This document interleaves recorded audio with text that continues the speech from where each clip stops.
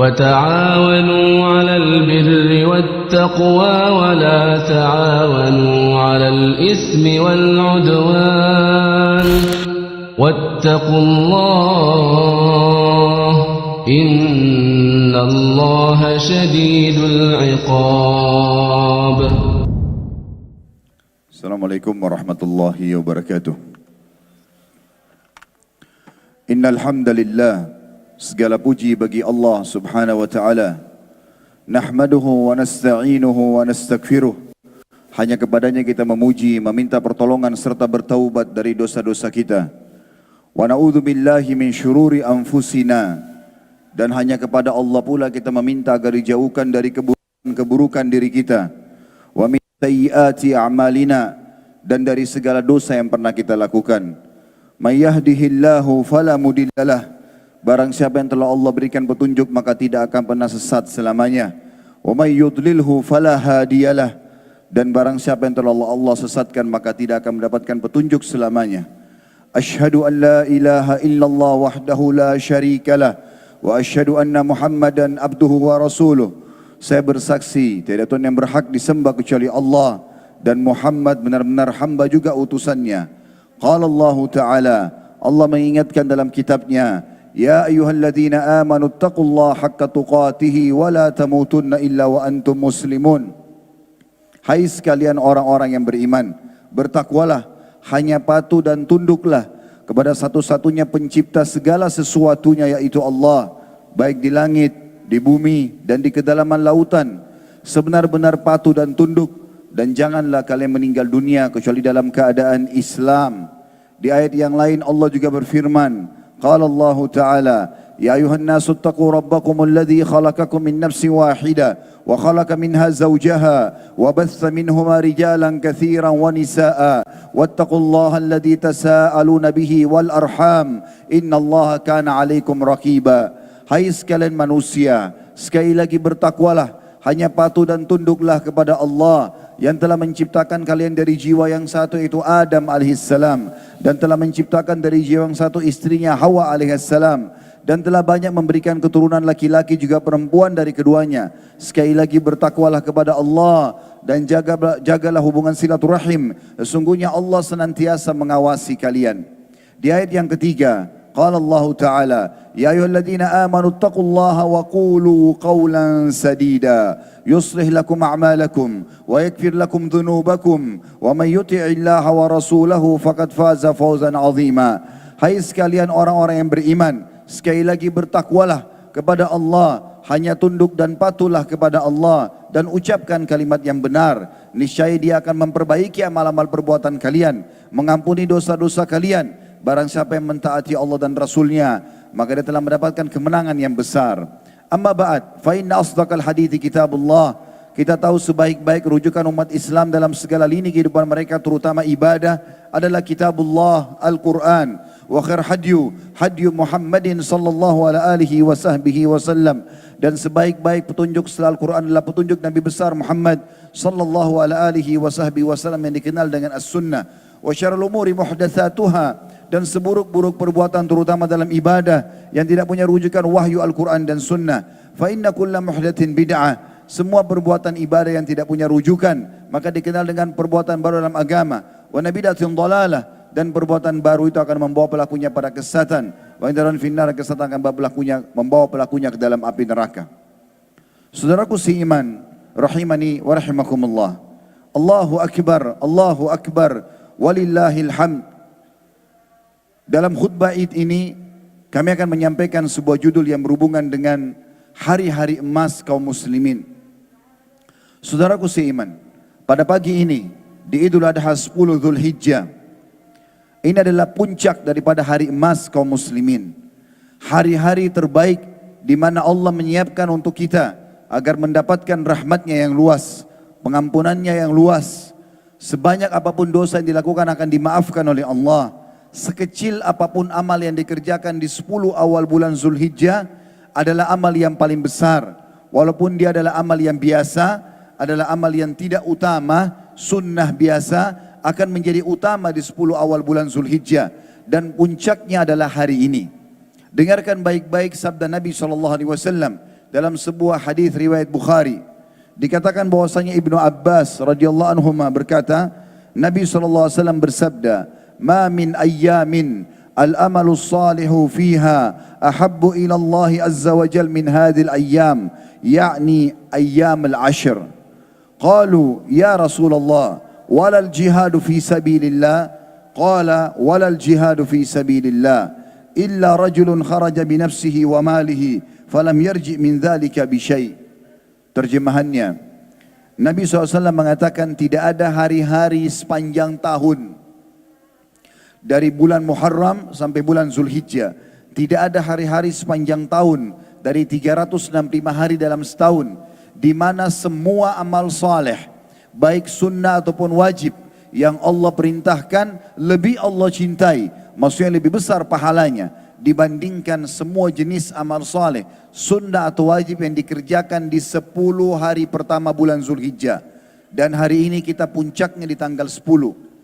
Maka para sahabat bertanya, ya Rasulullah, jihad pun di jalan Allah, berperang, meninggalkan istri dan anak, pekerjaan, lalu bisa ditawan oleh musuh, itu juga amal yang besar jihad, belum bisa mengalahkan makna hadisnya amalan apapun yang dikerjakan di 10 awal bulan Zulhijjah. Maka jawaban Nabi SAW, jihad pun di jalan Allah belum bisa mengalahkan pahala makna hadis, walaupun amal sunnah sekecil apapun yang dikerjakan di 10 awal bulan Zulhijjah, kecuali satu keadaan, seorang laki-laki keluar berperang membawa jiwanya dan seluruh hartanya, lalu dia tidak membawa pulang keduanya. Artinya kalau dia punya uang 1 miliar rupiah, dia bawa semuanya 1 miliar itu ke medan perang untuk persiapan jihad, dia pun terbunuh mati syahid, baru sama dengan pahala amal soleh apapun yang dikerjakan di 10 awal bulan Zulhijjah. Dan hari ini saudaraku, puncak daripada hari itu. Kalau 9 hari yang kemarin Anda luput darinya, maka jangan luput dari hari ini. Hari ini adalah puncak daripada 10 hari emas kaum muslimin. Mungkin muncul pertanyaan di benak Anda saudaraku seiman, amal apa yang kira-kira kita diharuskan untuk kerjakan di 10 awal bulan Zulhijjah? Puncak daripada amal adalah ibadah haji dan umroh.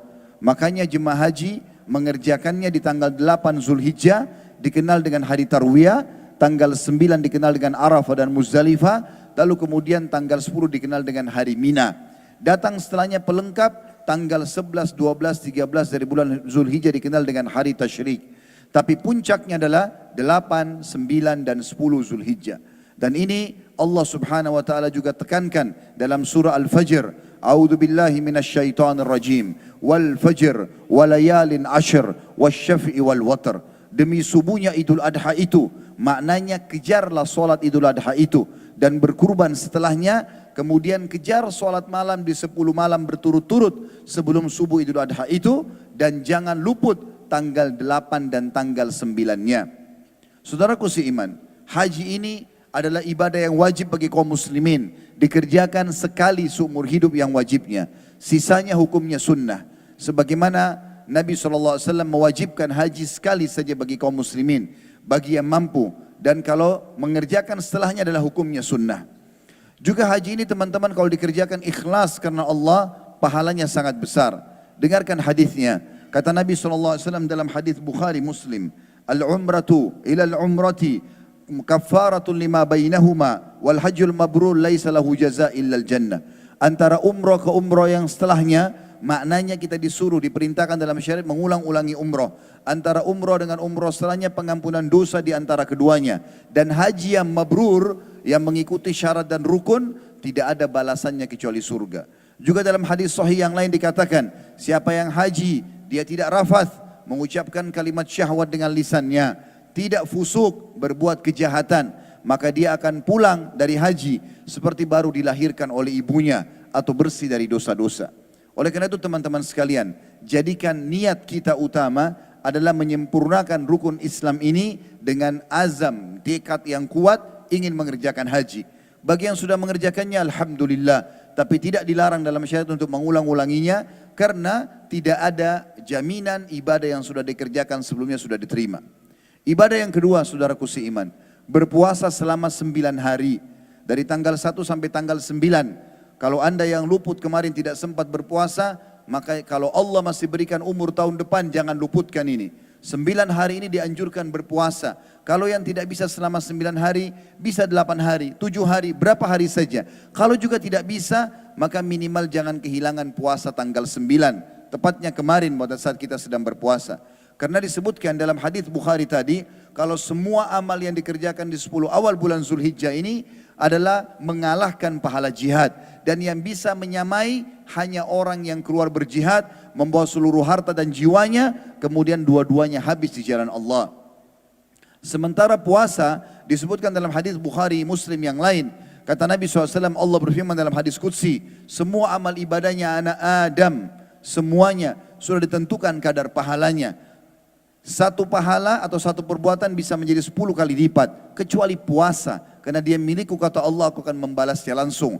Dia meninggalkan makanan, minuman dan syahwatnya karena aku. Maka pahala puasa adalah ibadah yang sangat besar. Kalau diletakkan di 10 awal Zulhijjah, tepatnya 9 hari pertama, maka itu akan mendapatkan pahala puncak. Dan kita tidak perintahkan atau tidak diperintahkan tanggal 10 Zulhijjah hari ini puasa. Karena ada riwayat yang lain kalau Nabi SAW melarang umatnya berpuasa di 2 hari raya, Idul Fitri dan Idul Adha. Sementara hari Arafah sendiri atau tanggal 9 Zulhijjah diperintahkan oleh Nabi SAW puasa, dan beliau menyebutkan keutamaan dalam hadis Bukhari Muslim. Beliau mengatakan akan mengampuni dosa-dosa 365 hari ke belakang atau 1 tahun ke belakang, dan 365 hari ke depan atau 1 tahun ke depan. Artinya dengan puasa sehari saja, saudaraku seiman, di tanggal 9 Zulhijjah, maka akan membersihkan 730 hari dari dosa-dosa yang pernah Anda lakukan. Juga yang ketiga, amal yang sangat ditekankan adalah solat malam. Sebagaimana Allah sebutkan dalam surah Al-Fajr tadi. Di ayat keduanya, A'udzubillahi minasyaitonirrajim, setelah Allah mengatakan wal fajri walayalin ashr. Dan demi subuhnya Idul Adha itu, serta 10 malam berturut-turut sebelumnya. Sampai sebagian ulama mengatakan 10 awal bulan Zulhijjah, malam-malamnya menyaingi 10 akhir bulan Ramadan. 10 akhir Ramadan ada Lailatul Qadar tapi 1 malam saja. Lebih baik daripada 1000 bulan. Tapi di sini 10 malam berturut-turutnya pahalanya lebih besar daripada jihad. Selanjutnya teman-teman sekalian, yang keempat adalah sholat Idul Adha dan juga berkurban setelahnya. Sebagaimana Allah Subhanahu wa taala menyebutkan dalam surah Al-Kautsar ayat 2. A'udzu billahi minasyaitonir rajim. Fashalli li rabbika wanhar. Salatlah hai Muhammad Idul Adha itu, dan alhamdulillah kita baru kerjakan tadi dengan 2 rakaat sebagaimana tata cara sudah dijelaskan tadi, dan berkurbanlah setelahnya. Dari ayat kedua surah Al-Fajr ini ulama sepakat hampir semuanya mengatakan bahwasanya Idul Adha lebih afdal daripada Idul Fitri. Karena Idul Fitri hanya ada salat Idul Fitri saja. Setelahnya orang kaum muslimin bebas mengerjakan apa saja. Tetapi Idul Adha dikuatkan dengan waw ataf di sini, fasalli li rabbika wanhar. Kerjakan solat itu Idul Adha dan berkurbanlah setelahnya. Begitu juga teman-teman sekalian dengan semua jenis amal saleh, membaca Al-Quran, berzikir kepada Allah Subhanahu wa taala, terutama dalam mengamalkan ayat firman Allah SWT surah Al-Hajj ayat 28 yang bunyinya a'udzubillahi minasyaitonirrajim wa yadhkuru ismallahi fi ayyamin ma'lumat, dan mereka diperintahkan sekali kaum muslimin untuk berzikir kepada Allah di hari-hari yang sudah ditentukan. Para ahli tafsir mengatakan surah Al-Hajj ayat 28 maknanya adalah 10 awal dari bulan Zulhijjah. Karena itu para ulama anjurkan untuk memperbanyak zikir pada hari-hari tersebut. Berdasarkan juga hadis Ibnu Umar radhiyallahu anhu dalam hadis riwayat Ahmad dengan sanad sahih, fa akthiru fihinna minat tahlili wat takbiri wat tahmid. Maka perbanyaklah tahlil, la ilaha illallah, takbir, Allahu akbar, tahmid pada hari-hari itu atau alhamdulillah pada hari-hari itu. Imam Bukhari menuturkan rahimahullah bahwasanya Ibnu Umar dan Abu Hurairah radhiyallahu anhum ajma'in keluar ke pasar pada 10 awal bulan Zulhijjah ini sambil mengumandangkan takbir. Kemudian orang-orang pun mengingat, akhirnya mereka juga mengucapkan takbir. Dan Ishaq rahimahullah meriwayatkan dari fuqaha tabi'in bahwasanya pada hari-hari itu dianjurkan membaca Allahu Akbar, Allahu Akbar, Allahu Akbar, la ilaha illallah, wallahu akbar, Allahu Akbar walillahil hamd. Juga dalam surah Al-Baqarah Allah menekankan ayat 185 tentang masalah itu. A'udzu billahi minasyaitonir rajim. Wa litukabbirullaha ala ma hadakum wa la'allakum tashkurun.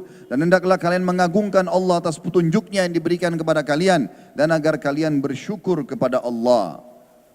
Juga teman-teman sekalian dianjurkan sekali kaum muslimin untuk melakukan takbir berhubungan dengan ini mutlak dan muqayyad. Yang dimaksud dengan mutlak adalah seorang muslim membaca dari tanggal 1 Zulhijjah sampai akhir hari tasyrik tanggal 13 Zulhijjah. Hari ini kita tanggal 10, maka besok, lusa dan setelahnya, tepatnya besok hari Kamis, kemudian Jumat dan Sabtu, jadi dikenal dengan hari tasyrik. Mulai tanggal 1 Zulhijjah sampai tanggal 13, membaca takbir mutlak atau selalu membaca di mana saja, kapan ada kesempatan, Allahu Akbar, la ilaha illallah, Allahu Akbar walillahil hamd. Dan juga dianjurkan takbir muqayyad yang dilakukan seperti tadi, menjelang sholat Idul Adha, sering dipandu di masjid-masjid, Allahu Akbar, la ilaha illallah, Allahu Akbar walillahil hamd. Ini juga dibaca sampai akhir hari tasyrik dan dianjurkan pada saat habis sholat 5 waktu, imamnya mengumandangkan ini, kemudian makmumnya pun membaca setelah sholat 5 waktu itu sendiri. Juga sangat dianjurkan semua jenis ibadah, apapun sifatnya, termasuk dalamnya taubat dari kesalahan-kesalahan, kalaupun kita pernah melakukannya. Saudaraku seiman, pada kesempatan ini juga saya ingin menitik beratkan sebagai penutupan dalam khutbah kita sebenarnya adalah berhubungan dengan ibadah yang kita kerjakan sebentar lagi. Karena ini akan dikerjakan oleh kaum muslimin selama 4 hari. Mulai hari ini, kemudian besok, lusa dan setelahnya hari tasyrik, yaitu ibadah kurban. Kurban ini teman-teman sekalian adalah ibadah yang sangat besar pahalanya di sisi Allah subhanahu wa ta'ala. Makanya Allah sebutkan tadi dalam surah Al-Kautsar ayat 2, fasalli li rabbika wanhar. Salatlah Idul Adha dan ikuti berkurban setelahnya. Dan yang paling afdal kata ulama, setelah salat Idul Adha kemudian langsung berkurban. Walaupun dia masih punya pilihan untuk berkurban beberapa hari setelahnya. Khilaf di antara ulama tentang masalah mana yang lebih afdal dalam hewan kurban. Setelah mereka sepakat bahwasanya hewan kurban hanya bisa pada 3 jenis ekor hewan saja dan tidak bisa diganti dengan yang lain, yaitu unta, sapi dan juga kambing. Dan masuk dalam kambing adalah domba. Sebagaimana Allah jelaskan dalam surah Al-Hajj ayat 34. A'udzu billahi minasyaitonir rajim. Wa likulli ummatin ja'alna mansakan liyadhkuru ismallahi ala ma razaqahum min bahimatil an'am. Dan bagi tiap-tiap umat yang telah kami syariatkan penyembelihan kurban, supaya mereka menyebut nama Allah terhadap binatang ternak yang telah direzekikan Allah kepada mereka. Dan para ulama mengatakan hewan kurban masuk atau hewan ternak masuk dalam 3 jenis saja, yaitu unta, sapi dan juga kambing, masuk di dalamnya juga domba. 1 ekor kambing atau domba bisa dicukupkan untuk 1 keluarga. Sebagaimana hadis Abu Ayyub Al-Ansari radhiyallahu anhu dalam hadis Ibnu Majah, kana rajulu fi ahdi Rasulillah sallallahu alaihi wasallam yudahi bisyati anhu wa an ahli baitihi fayakuluna wa yut'imun. Laki-laki di zaman Rasulullah SAW berkurban dengan seekor kambing atau domba untuk dirinya dan anggota keluarganya. Mereka makan sebagian dan memberi makan orang fakir miskin sebagiannya lagi. Kata para ulama, andai saja seorang suami ataupun seorang istri masing-masing memiliki kemampuan dan masing-masing berkurban, maka itu lebih afdal lagi. Tapi kalau dia tidak mampu, maka dia cukupkan dengan 1 ekor kambing untuk 1 keluarga. Sementara untuk sapi dan juga unta, maksimal 7 orang bisa partisipasi, tapi tidak harus 7 orang. Beranjak daripada hadis Jabir radhiyallahu anhu, beliau mengatakan naharna ma'a Rasulillah sallallahu alaihi wasallam amal Hudaybiyatil badana an sab'atin wal baqara an sab'ah. Hadis ini diriwayatkan Imam Muslim. Kami menyembelih bersama Rasulullah SAW di tahun Hudaybiyah dengan seekor unta untuk 7 orang dan seekor sapi juga untuk 7 orang. Sementara syarat-syarat berkurban ada, yaitu yang pertama harus dipenuhi syarat umur hewan kurban.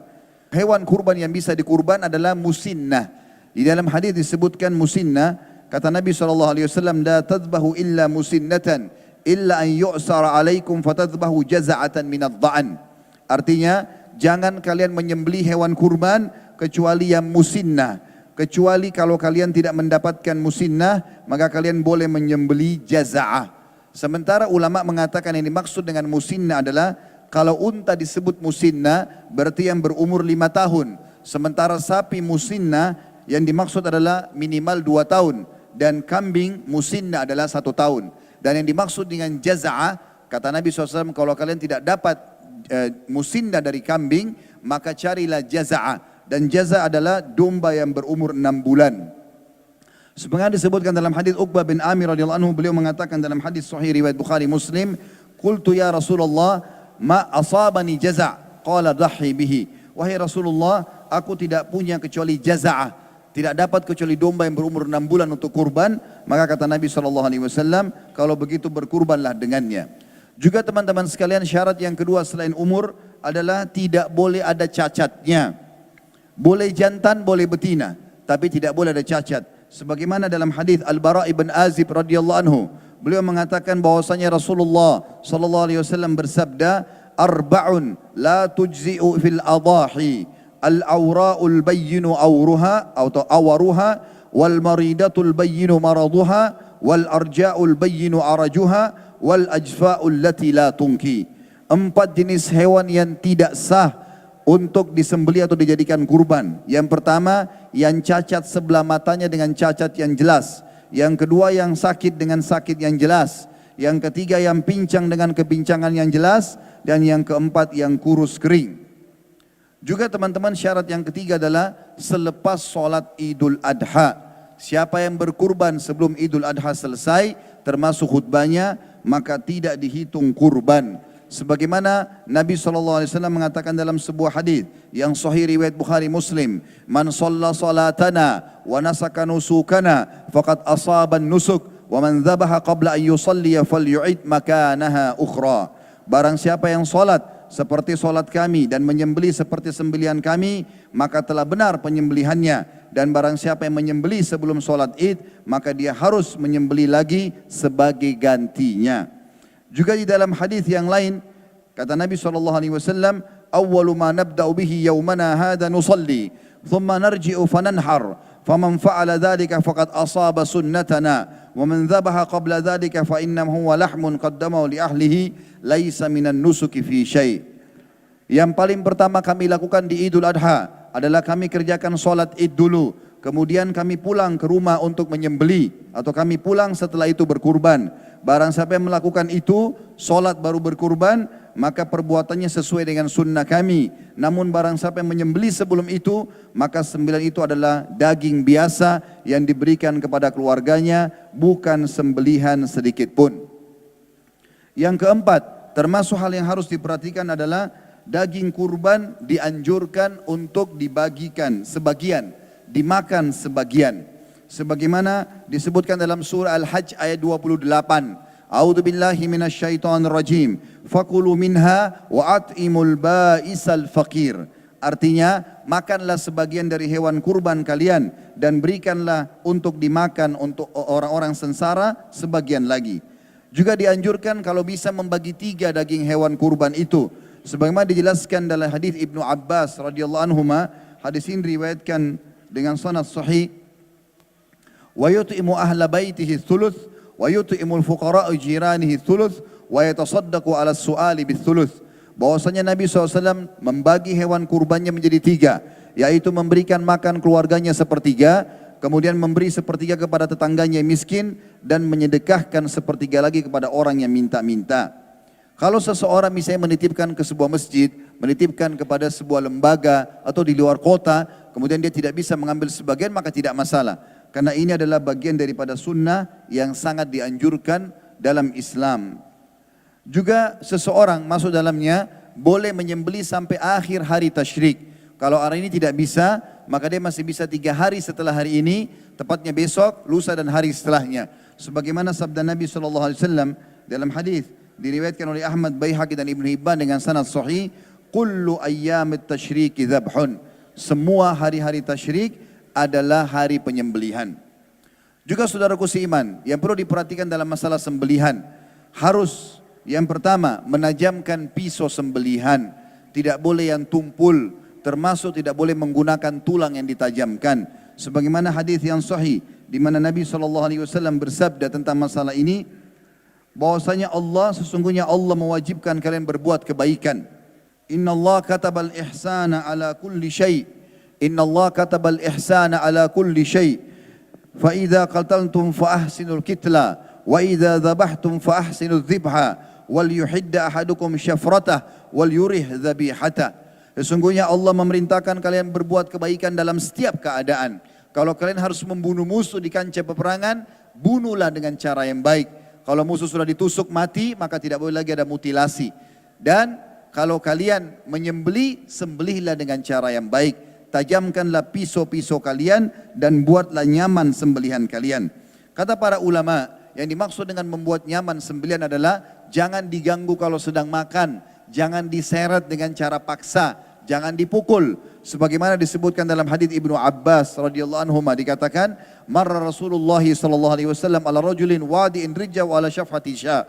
Bahwasanya Nabi SAW pernah melewati seseorang yang akan menyembelih domba. Kemudian dia membaringkan domba itu dan meletakkan kakinya di atas lambungnya atau menginjak perutnya. Wa huwa yuhiddu syafratah, sambil dia mengasap pisaunya.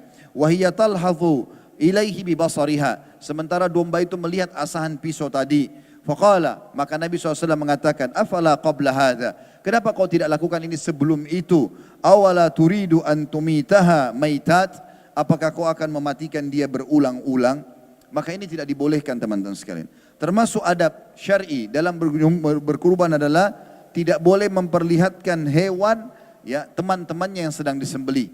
Kalau panitia atau teman-teman jadi panitia kalau lagi menyembelih sapi ataupun kambing, maka dianjurkan menutup dengan spanduk atau di tempat yang tidak terlihat supaya tidak berpengaruh pada kualitas dagingnya. Juga disebutkan di dalam hadis yang lain atau tentang masalah adab yang lain adalah bagaimana seseorang menghadapkan sembelihannya ke kiblat, kemudian dia menyembelih dengan kedua tangannya sendiri atau dengan tangannya. Sebagaimana Nabi SAW dalam hadis Bukhari dikatakan menyembelih sendiri domba beliau. Juga dianjurkan membaca Bismillahi wallahu akbar dengan nama Allah, Allah Maha Besar. Allahumma minka wa bika, ya Allah ini darimu dan untukmu. Allahumma taqabbal minni, ya Allah terimalah dariku.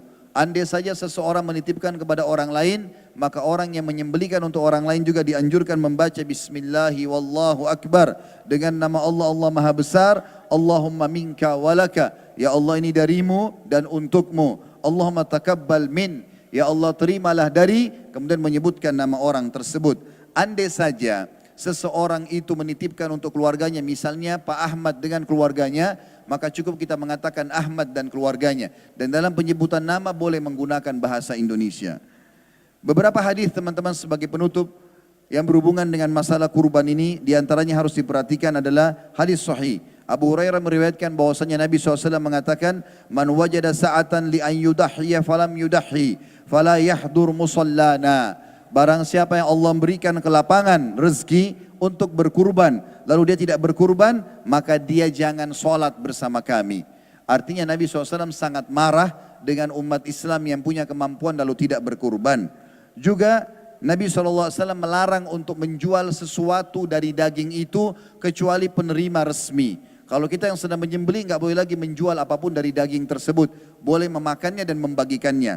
Termasuk kulitnya tidak boleh dijual oleh pemilik kurban. Kalau orang yang sudah kita hadiahkan lalu dia menjualnya, itu hak dia. Sebagaimana kata Nabi SAW dalam hadis yang sahih juga, man ba'a jilda udhiyatihi fala udhiyatalah. Barang siapa yang menjual kulit domba atau sembelihannya, maka tidak ada sembelihan baginya. Begitu juga teman-teman sekalian, yang harus diperhatikan dalam masalah ini adalah bagaimana seseorang mengikhlaskan niatnya dan berusaha untuk memilih yang terbaik dari hewan-hewan tersebut.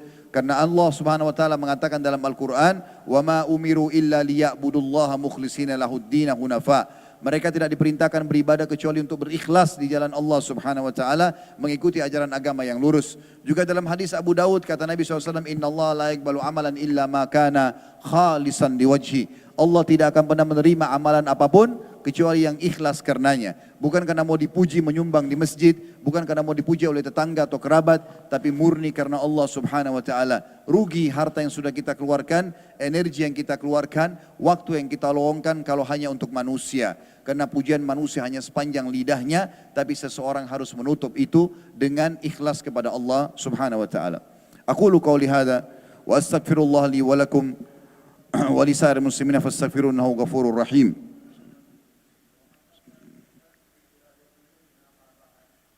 Alhamdulillah wassalatu wassalamu ala Rasulillah Segala puji bagi Allah Subhanahu wa taala, juga salawat dan taslim kepada Nabi besar Muhammad sallallahu alaihi wasallam. Mari kita hadirkan hati dan pikiran kita untuk berdoa kepada Allah Subhanahu wa taala dengan harapan doa ini dijawab oleh Allah, terutama kita sedang berada di puncak hari mulia yaitu 10 awal bulan Zulhijjah. Alhamdulillahirabbil alamin. Memuji Allah sebagaimana layak Kau dipuji sebagai pencipta. Kami yakin Engkau sedang kami, kerana Engkau maha mendengar serta mengetahui segala niat dan gerak-gerik kami, kerana Engkau maha mengetahui. Ya Allah, kami memuji-Mu sebagaimana layak Kau dipuji sebagai pencipta, dan sampai Kamu ridho dan menerima pujian tersebut. Dan juga kami mengucapkan salam kami kepada Nabi besar Muhammad SAW sebagaimana Engkau telah mengucapkan salam kepadanya. Ya Allah, kami tidak berkumpul di tempat ini kecuali karena menjalankan perintah-Mu. Maka terimalah sebagai amal soleh dengan pahala yang sempurna. Ya Allah, terimalah seluruh amal yang pernah kami kerjakan, baik itu ikhlas ataupun kurang ikhlas, baik itu sempurna ataupun kurang sempurna. Dengan kemahamurahan-Mu ya Allah, berilah kami pahala yang sempurna dalam amal-amal tersebut. Itu semua murni karena kebodohan dan kekurangan kami, tapi rahmat-Mu lebih luas. Begitu juga dengan amal-amal yang sedang kami kerjakan dan amal yang akan kami kerjakan sampai menjelang ajal datang nanti. Juga amal kedua orang tua kami, seluruh kerabat kami, dan muslimin juga muslimat. Ya Allah, ampunilah dosa-dosa kami, dosa kedua orang tua kami, seluruh kerabat kami, dan seluruh muslimin dan muslimat, mukminin dan mukminat yang hidup dan juga yang sudah meninggal. Ya Allah, tolonglah saudara-saudara kami di seluruh pelosok bumi yang sedang tertindas, di Irak, di Palestina, di Yaman, di Syam atau di negeri Syam, dan dimanapun mereka berada. Ya Allah, ikhlaskan niat mereka, terima para syuhada mereka, ikhlaskan niat mereka, terima para syuhada mereka. Juga ya Allah, ikut sertakan kami bersama mereka di pahala, baik dengan doa kami, dengan harta kami, dan juga dengan jiwa kami. Ya Allah, jadikanlah negara Indonesia negara yang aman, tentram, damai, seluruh umat Islam di bawah naungan ukhuwah Islamiyah, dan angkatlah perselisihan di antara mereka, serta lunasilah utang negara ini, serta tolonglah saudara-saudara kami di Lombok yang sedang tertimpa dengan gempa. Ya Allah, janganlah Engkau menyebarkan gempa itu karena dosa-dosa kami, dan maafkanlah seluruh kesalahan-kesalahan kami sehingga semua musibah dan cobaan Engkau angkat ya Allah. Rabbana atina fid dunya hasanah wa fil akhirati hasanah wa qina adzabannar wa adkhilnal jannata ma'al abrar ya aziz ya ghafar ya rabbal alamin. Wa sallallahu nabiyana Muhammadin walhamdulillahi rabbil alamin. Subhanaka hamdika asyhadu an la ilaha illa anta astaghfiruka wa atubu ilaik. Wassalamu alaikum warahmatullahi wabarakatuh.